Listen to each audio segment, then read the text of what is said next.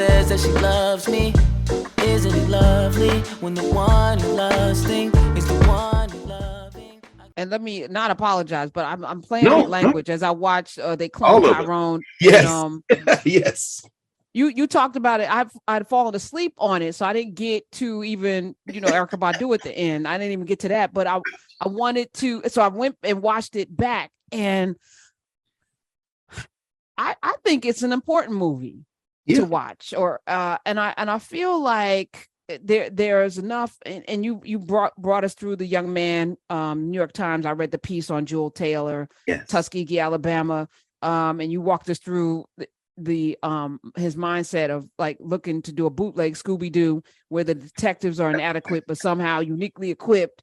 And he said, and there was a joke, and he said, I had this joke: a pimp, a prostitute, and a drug dealer walk into a bar, which is the beginning of a thing. And it is kind of like a scattered, it's not developed, it's not a lot of things, but there's enough for this ignorant culture that we're in right now, this age of ignorance, people to go down a rabbit hole. So there was a couple of issues, because that's why I'm looking for where the bright spots that we can glean, where we can have conversations that lead to larger conversations and revelations. So absolutely. So I wrote down some stuff as I was watching They Clone Tyrone, a pimp, a hoe, and a drug dealer, Jamie Foxx, Tiana Paris, and John Boyega, who so they brought some great acting to the table. So that was one thing. But when Kiefer Sutherland shows up after they escaped the strip club where they anesthetized them with music. So I just thought there was so there's the fried chicken. Yes. And all I thought was Popeyes, and Popeyes chicken, when they had that chicken sandwich and everybody was doing those videos and all that, or I said, this guy's tapping into something that we need to listen to. The strip clubs, let me put this music on. And we were even talking about rap, the class before, in Class with Carr, episode 175, we were talking about, the what do you call that? Trip rap? What do you call that? Yes. Look, the trap music, not trap music. No, it's drill music in Chicago. Drill music, right? Drill music. You were talking about that, and I was like, we are zombies. When those kids hear that music, they go into a trance. So I thought that was genius to have the music overtake the people. Absolutely. And then there was this speech by Kiefer Sutherland, and he says, America was an experiment, a half-baked idea cooked up by aristocratic ideologues living in mansions built by slaves. He said, and when they checked out, they left us with the bill. A country constantly at war with itself, no common ground, no dialogue, no peace. And I was like, that right there sums it up. What did you think? I think he back mapped a fantasy. There's never when he says they left us with the bill. Who? The people who built the houses or the people who lived in them? Come on, bro. Or your great greats, who came here from other places and acquired whiteness. This isn't a we. There's no country here. There's no nation called United States. There's a common enemy, which is the point he was making. Which, ironically, shout out to Brother Jewel and Taylor and his co-writer, sound like what Du Bois said in the Suppression of the African Slave Trade to the United States of America. He said nobody would have looked on with more horror at the Civil War than the founders. Because they thought they had put something in place. When they left, sure, they stuck somebody with a bill. And as far as I'm concerned, though, I never having not been part of negotiating that, my ancestors, I'm not very much interested in inheriting a bill to play for a criminal enterprise. We can just tear it down and start again. And in fact, that's the point John Boyega is making. I'm not even supposed to be here. I'm not even real. Well, Sun Ra told you weren't real, but Sun Ra was ready to escape all this. Tiana Paris, it seems to me, had a much more interesting speech a few minutes later when she said, yeah, I would prefer to be working for the New York Times, chasing down leads, or being in the Caribbean, looking for treasure. But here I am, right down the street from where I was born. And, but I'm not going to give up. To me, should be Black people's approach. Kiefer Sutherland wants to create the Negro. And we know what the Negro is, a figment of the white imagination that will unify the whites. And the role that Black people can play in that is the stereotype role. So therefore, in order for us to be part of this, we have to submerge who we want to be to each other to whoever we think America wants us to be. That's a very different kind of conversation. So I think, I'm not sure where brother Jewel was going, but as far as the chicken concerned, I saw that show. It's called Undercover Brother. As far as the creamy crack go, I saw that. It was called Good Hair. As far as the whole idea of white people coming in and I saw that in Bamboozled and Hollywood Shuffle and Drop Squad. Even now, his contemporary, Boots Riley, Sorry to Bother You, I'm a Virgo. So I get it, which is why I think the movie falls apart at the end. Because at the end, everybody's free, and what you doing? Just wandering around. Oh, they cloning me. Wow. Okay, so how do it free us? Well, you free now. What? Wandering around. Oh, so you couldn't quite resolve it, huh? Why? Because the Negro remains unimagined. That's all.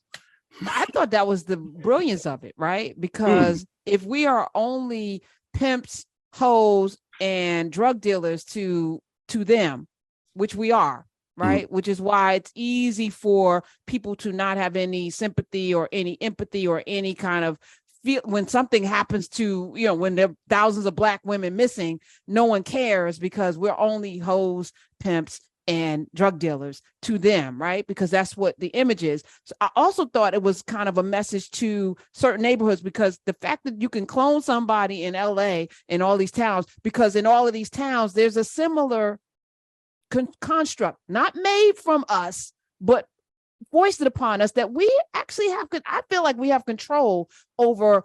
If you're putting ads in my community and liquor stores on every corner, or we do have control, but we've been conditioned to go to the number one kitchens. No disrespect. Have your Chinese restaurant, but why is it always in our neighborhood? Why are the hair care places and why are they thriving and taking the dollars out and we're patroning them because we don't have options?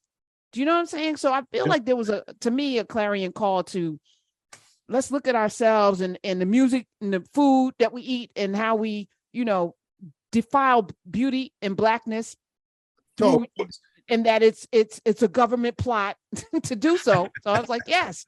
It's interesting because I think that, and I think Afrofuturism has this problem as well. In some of it, the African subject, the Black subject, the human subject remains unimagined, which is why near the end, now you're free to do what? Well, I don't know. Maybe the heroic moment is when all of them get together and decide to roll on them and they all riding down the street in them cars. Okay, so now you've got somebody to oppose. In some ways, that's what Blackness is for a lot of people. We got to fight our enemy. Okay, we won. Now what? Now we just wandered around. Somebody put a blanket over our shoulder. And you think about that. You ask the question, why? What is there left? When John Boyega answers Tiana Paris after she says, I'd rather be doing this. And I'm still going to fight. He says, I'm good with it. We've been trained to say we're good with it. So if somebody comes in and says, I know they're not from our community, but the food is good. But I know they're not from our community, but I like dancing to that tune. I know it doesn't really do anything for me, but I like going to church. And by the way, shout out to David Allen Greer, who was brilliant as the preacher for a split second. I'm like, wait, is that David Allen Greer? Yes.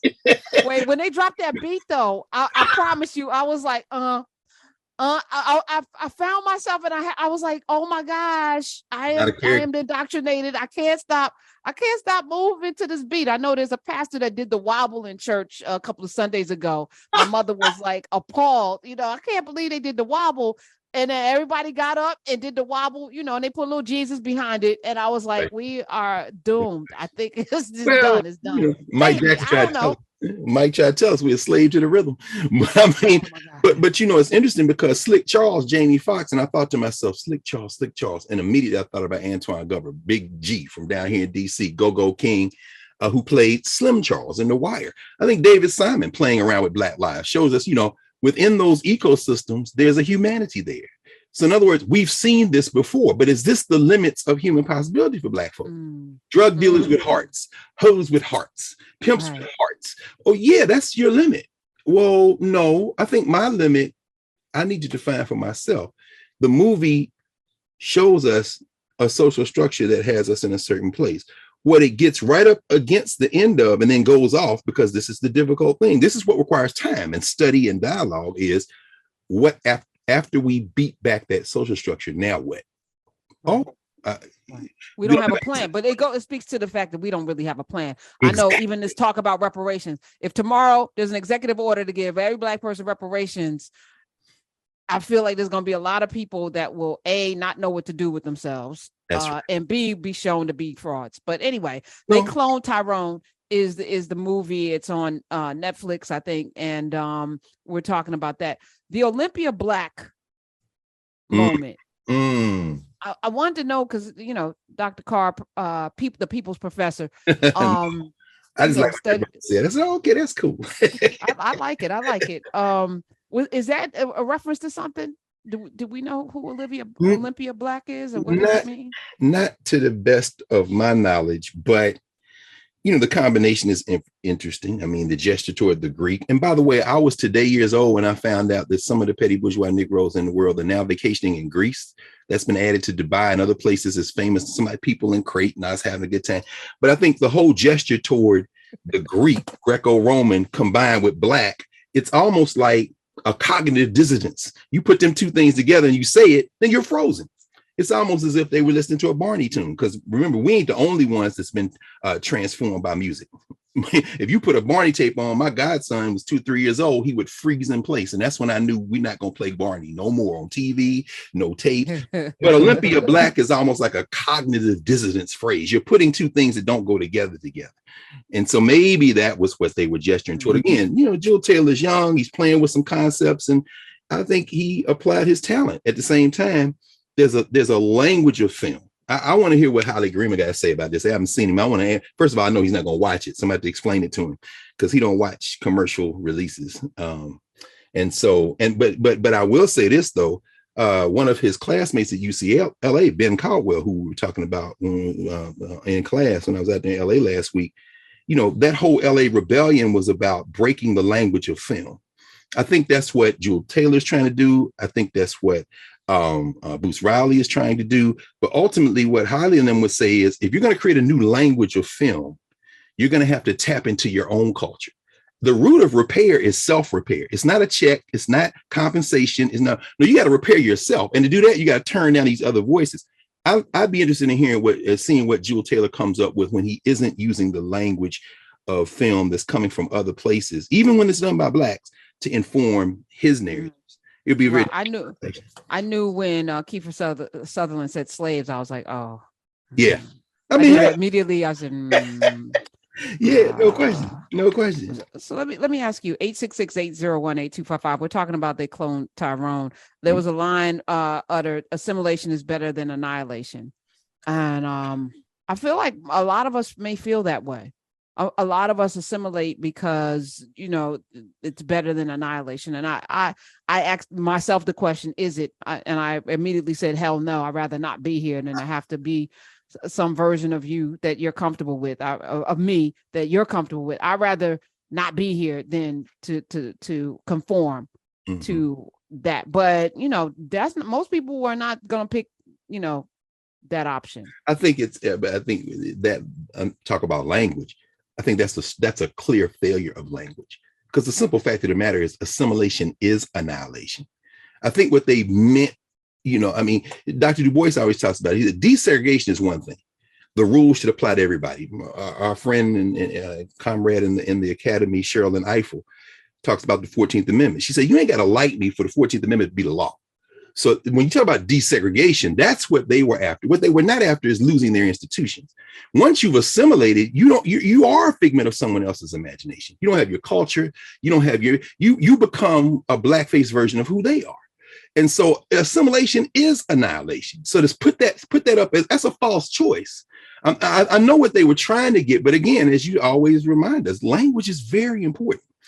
We have to think about that. And so, I think they cloned Tyrone, even the concept of a clone. It'd be interesting, for example, to see what Octavia Butler would have done with that concept of cloning. Somebody who's deeply rooted, deeply grounded, deeply informed, brilliant writer. I think the concept of clone in that movie is really about replicating something that's artificial from the beginning. And in that respect, it's a fairly time-worn trope. We know that trope. We've seen it in American cinema, the blackface version. So I don't think you remember Thomasina and Bushrod, Max Julian and what's the sister's name? Lynette McKee. They were playing this kind of outlaw couple in the West, and they were out there. People said, "Oh, it's like a black version of Bonnie and Clyde." No, No, you've tied in indigenous people, you've tied in Reconstruction. I think some of those Black exploitation movies of the 70s are drawing on Black memory. Belafonte, Bill Cosby and Man and Boy, and so you can't compare this to that because they don't have the momentum of memory. They're really drawing, it's almost like hip hop. They're drawing on the things that were done in the 70s and 80s. They're not drawing on the things that are done pre-enslavement or deep memory of slavery. And so there are limits. They're literally cloning in some ways the kind of tropes. And when you're cloning a trope, then you are going to end up in a clone. Maybe they clone Tyrone is a much more appropriate name than at first. Yes. Yeah. Yes. And I also walked away feeling like Tyrone is already cloned, from the dress. I mean, it started with the underwear show, it's like exactly. they already cloned Tyrone and we went with it. All right. 866-801-8255.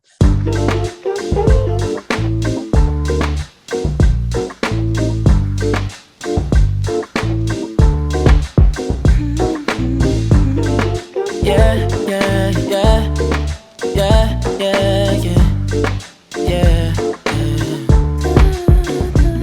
I run my fingers through her hair as she smiles and says that she loves me. Isn't it lovely when the one you're lusting